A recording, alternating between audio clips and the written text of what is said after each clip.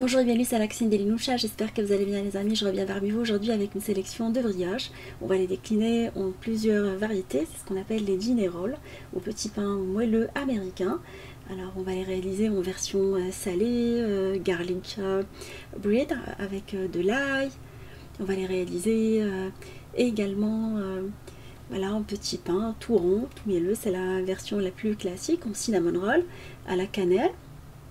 On peut avec la même pâte réaliser également d'autres variétés sous forme d'une citrouille.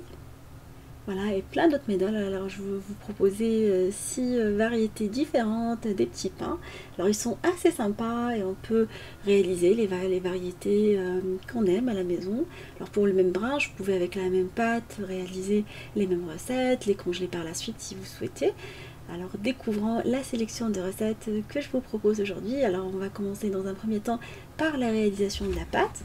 Alors je vais prendre du lait tiède dans lequel je vais mettre des morceaux de beurre. Alors vous trouverez la liste des ingrédients en barre d'infos comme d'habitude. Alors on va par la suite rajouter du sucre et on va incorporer par la suite, une fois bien mélangé, alors on va diluer le beurre dans le lait en mélangeant. Alors il faut que le lait soit assez tiède mais pas chaud. Alors vous pouvez mettre la levure boulangère dedans. Alors c'est ce qui donne ce côté moelleux, c'est le fait de mélanger la levure boulangère avec le sucre et le lait. Là ça fait une réaction chimique. Voilà, une fois qu'on a bien dilué le beurre dans le lait. Et après on va réaliser la pâte soit à la main, soit vous pouvez la réaliser au robot. Moi je vais la réaliser au robot. Je vais mettre de la farine dans la cuve du robot. Je vais rajouter des œufs par-dessus. Et je vais la ramasser avec le mélange de lait. Alors je vais le verser par-dessus. Alors je vous laisserai la liste des ingrédients exacts utilisés en barre d'infos. Après vous réajustez en fonction de l'absorption de votre farine utilisée. Alors moi j'utilise la farine T45. Alors on commence par ramasser la pâte à petite vitesse. Une fois qu'elle est bien ramassée, on augmente la vitesse et on passe en mode pétrissage. On la pétrit pendant quelques minutes. Pas longtemps parce qu'après elle va rester levée. Du coup on peut même la réaliser sans pétrissage. Je vous proposerai une recette à la main sans pétrissage. Et après on va la couvrir avec soit un film alimentaire, soit on va la couvrir tout simplement avec un torchon et la laisser de côté. Moi je la laisse à côté du radiateur, comme ça elle lève rapidement. En 1 heure et demie elle lève correctement. Et après on va la ranger et la laisser de côté. Je vais proposer dans un premier temps la version la plus classique des dinner rolls, les petits pains moelleux américains. C'est la version qu'on connaît le plus, là sous cette forme là. Alors une fois la pâte levée, vous allez par la suite la dégazer. On va voir qu'elle va jusqu'à tripler de volume. Alors je vais la transvaser sur un plan de travail. Alors je ne vais pas beurrer le plan de travail, d'où l'intérêt que la pâte, une fois ramassée, qu'elle soit collante, mais légèrement, pas trop. Enfin, il ne faut pas qu'elle colle trop au doigt.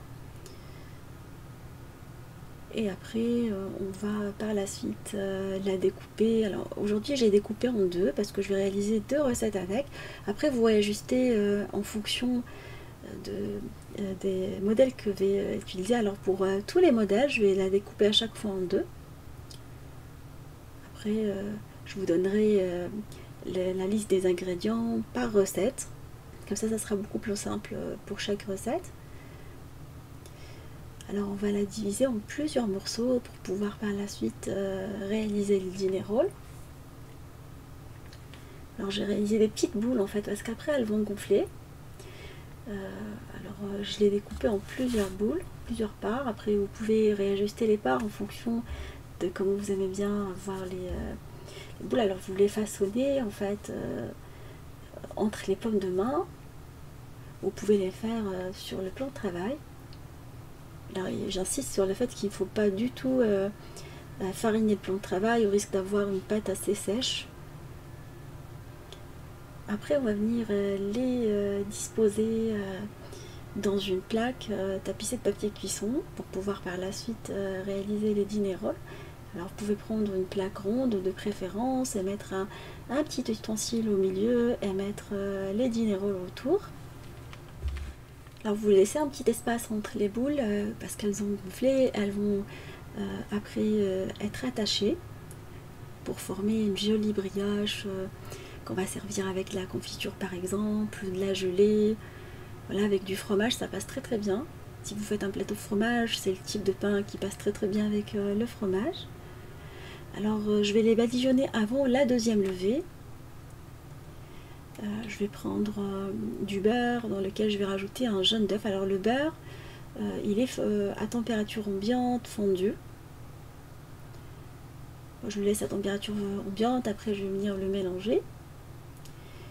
Et je le mélange avec le jaune d'œuf, c'est ce qui donne cette super texture. Alors vous les badigeonnez avec et vous les laissez lever une fois saupoudrés avec des graines de votre choix. Vous pouvez les laisser sans graines. Alors je les laisse lever une vingtaine de minutes, 25 à 30 minutes, avant de les enfourner dans un four préchauffé à 180 pendant 25 minutes, entre 20 à 25 minutes. Pas trop longtemps parce que une des recettes je l'ai un peu brûlée. Là, à la sortie du four, vous voulez la mettre directement sur le plat de présentation. Alors l'ustensile que j'ai utilisé au milieu, je vais l'enlever et vous remplacer par de la confiture par exemple. Alors j'ai pris de la confiture de fraises, on aime bien ça à la maison. Voilà, les petits pains ils sont assez moelleux, voilà, fondants. On a bien apprécié à la maison, la mie elle est assez filante. Après on va passer à la réalisation des garlic brits, c'est des petits pains au beurre persilé et fromage. Ils portent le nom des petits pains à l'ail. Alors j'ai réalisé la même pâte, je vais par la suite former un long boudin avec les mains en la travaillant. Et après je vais la diviser en plusieurs parts, en 9 parts. Et comme tout à l'heure, on va venir la rouler entre les mains une fois qu'on a formé les petites boules. Alors vous pouvez les faire soit avec entre les paumes de main, soit avec la technique que je viens de montrer. L'idée c'est d'avoir des boules assez lisses qu'on va venir par la suite les poser dans un cercle pâtissier quand vous pouvez utiliser un plat à gratin. On va laisser un petit espace entre les boules. Et après dans le mélange beurre et jaune d'œuf, que j'ai fait, le beurre à température ambiante et le jaune d'œuf, je vais râper de l'ail. Et je vais rajouter du persil également. Alors vous pouvez mettre du persil frais de préférence ou du persil séché. Alors le persil séché après il devient comment dire, il va brûler et j'aime pas la texture utilisée. Je préfère utiliser le persil frais, le résultat il était meilleur. Même avec la ciboulette, le résultat il était vraiment très très bien. Alors je vais mélanger ce mélange là. Mélanger le mélange et je vais badigeonner les boules avec le mélange généreusement. Je vais les laisser lever pendant 25 à 30 minutes sous film alimentaire. Après une fois levées, je vais les faire cuire dans un four préchauffé à 180 pendant 20 à 25 minutes en surveillant la cuisson. Tout à l'heure j'étais en appel quand je les ai réalisés et je me suis un peu oubliée, du coup je les ai laissés 5 minutes supplémentaires.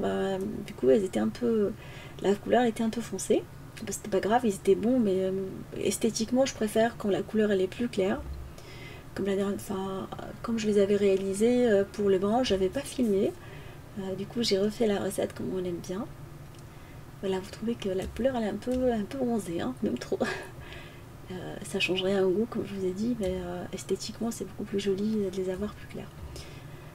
Voilà, après vous les présentez sur une planche à découper ou vous pouvez les mettre également farcis. Alors vous pouvez les découper, les farcir comme des petits buns avec de la viande hachée ou autre, comme ça peut servir pour un brunch en accompagnement du reste. Alors vous pouvez les saupoudrer avec de la persillade provençale à la fin de la cuisson pour sublimer le verre,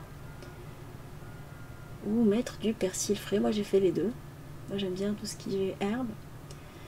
Après on va passer à la réalisation d'une nouvelle recette sous forme de citrouille qu'on fait à la saison de la citrouille aux États-Unis également, c'est des pains assez répandus. Alors on va découper la pâte en plusieurs parts. Alors vous faites la taille des boules que vous souhaitez, alors après vous réajustez la taille, une fois qu'on a fait la découpe d'une manière rapide. Vous pouvez après vous assurer que les boules ils ont la même taille, les rouler entre les paumes de main pour qu'elles soient lisses. Après on va passer à la réalisation de la forme de citrouille. Alors je vais prendre de la ficelle que j'ai découpée. Alors vous essayez de les découper de la même taille. Alors je les ai laissés dans l'eau se ramollir un tout petit peu avant de pouvoir les poser. Alors et les ficelles je les ramène toujours au centre de façon à ce qu'on fasse une jolie présentation de cette manière là. Alors 4 ficelles ça suffit. Alors vous pouvez faire un nœud au milieu. Moi j'ai pas fait de nœud, j'ai fait de cette manière là. Alors j'ai vu des personnes rouler la même ficelle, moi j'étais pas à l'aise pour le faire, j'ai préféré faire cette méthode là, j'ai trouvé que c'était beaucoup plus facile à faire. Voilà, on n'a pas le coup de main parfois. Et au niveau du centre, vous pouvez les piquer avec des noix ou autre. C'est ce que j'ai fait, j'ai mis des petites noix au milieu. Une fois que je les ai badigeonnées, tout simplement avec le jaune d'œuf, avec le beurre. Il m'arrive parfois de ne pas utiliser cette méthode, mais elle donne un super résultat. Alors vous pouvez même utiliser du beurre pour cuisiner. Voilà, de la margarine après, il m'arrive aussi de l'utiliser. Plante à fin pour cuisiner, ça passe très très bien pour les mélanges si vous n'avez plus de beurre à température ambiante. Je vais les laisser lever également pendant 25 minutes, 25 à 30 minutes à température ambiante, avant de les enfourner dans un four préchauffé à 180 pendant 25-25 minutes, chaleur tournante, allumée en bas. Voilà la sortie du four, elles sont vraiment trop belles ces petites citrouilles, j'ai adoré. En accompagnement d'une soupe, on peut même les farcir une fois cuites avec du fromage. J'ai adoré la mi-filante, je les ai accompagnées avec une soupe. Et pour le brunch, c'est extra. Alors, vous pouvez les conserver sous film alimentaire. Moi, je mets un film alimentaire, après je mets un sac à pain. Je ne les mets pas directement dans le sac à pain, elles se conservent très très bien pendant 2 jours. On peut les chauffer légèrement au micro-ondes avant de les présenter. Il est essentiel également d'enlever la ficelle une fois cuite. Vous venez la découper en conservant la forme de la citrouille sans la défaire à l'aide des ciseaux. Voilà, et après cette recette, on va passer à la réalisation d'une autre recette. Alors, toute simple également. Alors, je vais réaliser quelques boules, mais cette fois-ci, on ne va pas les badigeonner avec l'ail. On va les laisser nature. On va les badigeonner tout simplement avec un tout petit peu de beurre, une fois qu'on a façonné les boules. Alors j'en ai fait que 6, alors j'ai d'où l'intérêt d'avoir le cercle pâtissier. Alors vous les disposez légèrement espacés. Alors avec le cercle pâtissier, vous pouvez les réajuster en fonction de ce qu'on a. Alors je vais les badigeonner avec du beurre fondu tout simplement. Je ne vais pas mettre du jaune d'œuf. Elles vont avoir plus une texture de brioche classique américaine qu'on connaît. Alors vous les laissez lever sous film alimentaire pendant 25 à 30 minutes. Et après on va les faire cuire dans un four préchauffé à 180 pendant 25 minutes. Alors je les rebadigeonne une deuxième fois quand j'utilise pas de beurre, avec plutôt d'œuf, avec le beurre avant de les enfourner. C'est cette méthode là que j'ai essayé, mais j'ai une préférence pour la méthode avec jaune d'œuf et beurre fondu. Elle donne un résultat meilleur, plutôt beurre à température ambiante, du beurre mou ou du plante à fin. Avec le jaune d'œuf, je trouve que c'est meilleur. Et après la cuisson, vous venez les démouler. Et après, on peut les saupoudrer avec du sucre glace quand on les présente avec de la confiture. Ça, c'est une méthode que je vois assez souvent sur Instagram. Voilà, ça donne un super résultat. Mais j'ai vu même des personnes les badigeonner tout simplement avec du beurre et juste avant la cuisson mettre un tout petit peu de farine, comme ça, de la farine blanche, T45. Le résultat il est très très bien, je l'essayerai. Si vous l'avez essayé, laissez-le moi en commentaire. La cinquième recette étant une brioche assez classique qui s'accompagne très très bien avec de la confiture, du fromage. Alors je vais prendre ma pâte que je vais diviser en 4 et après à l'aide du rouleau à pâtisserie, je vais bien l'affiner et la rouler. Voilà, en essayant de lui donner la même forme que le moule à cake qu'on va venir beurrer. Alors n'hésitez pas, une fois que vous avez bien roulé, de bien souder après les rouleaux que vous formez. Alors vous les disposez après dans le moule. Là, je vais refaire une avec vous. Alors, on roule, après on va souder. Alors ça donne un super résultat. Il y a également une brioche avec la mi-filante qu'on va venir badigeonner avec du beurre. Celle-ci je les avais faites qu'avec le beurre, j'avais pas mis avant, j'avais pas cette technique de jaune d'œuf avec le beurre. On va la laisser lever pendant une vingtaine de minutes, 25 minutes, avant de la rebadigeonner à nouveau. C'est la technique que j'utilisais avant. Et l'enfourner dans un four préchauffé à 180 pendant une bonne vingtaine de minutes à 25 minutes. Chaleur tournante, allumée en bas. À la sortie du four, vous la mettez sur une grille, vous la laissez refroidir avant de la découper. Comme alors c'est différent en fait. Quand c'est assez gros, il faut bien les laisser après reposer avant de découper. Si vous voulez la découper soit comme un pain de mie, comme vous pouvez la découper comme une brioche classique, hein. Les deux fonctionnent. Vous pouvez après découper comme des grosses tranches et faire des sandwichs par la suite.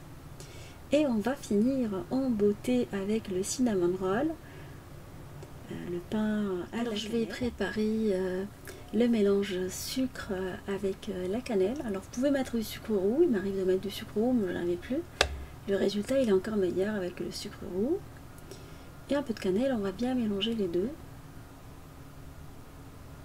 Voilà, la mixture elle est maintenant préparée et je vais par la suite prendre la pâte qu'on va par la suite affiner à l'aide d'un cercle à pâtissier.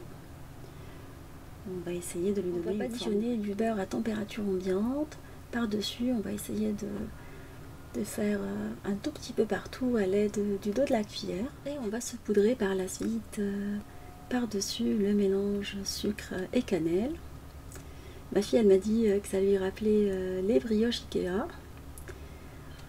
À New York aussi, on en trouve un tout petit peu partout, avec un bon chocolat chaud, c'est vraiment délicieux. On va par la suite rouler notre brioche. Alors vous avez remarqué que sur les bords, j'ai pas mis, comme ça elle va pas déborder pendant que je suis en train de découper et rouler. Alors on essaye par la suite de bien souder la brioche une fois roulée. Alors après on va la découper. Alors il m'arrive parfois de la découper avec le couteau, mais je voulais essayer la ficelle parce que je l'ai vu un tout petit peu partout. J'ai dit pourquoi pas. Après vous la découpez en deux, vous essayez d'égaliser la coupe.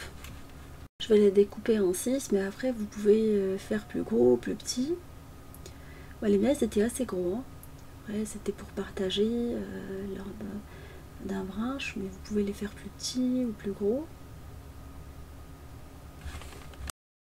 On va venir les disposer dans un plat gratin légèrement beurré.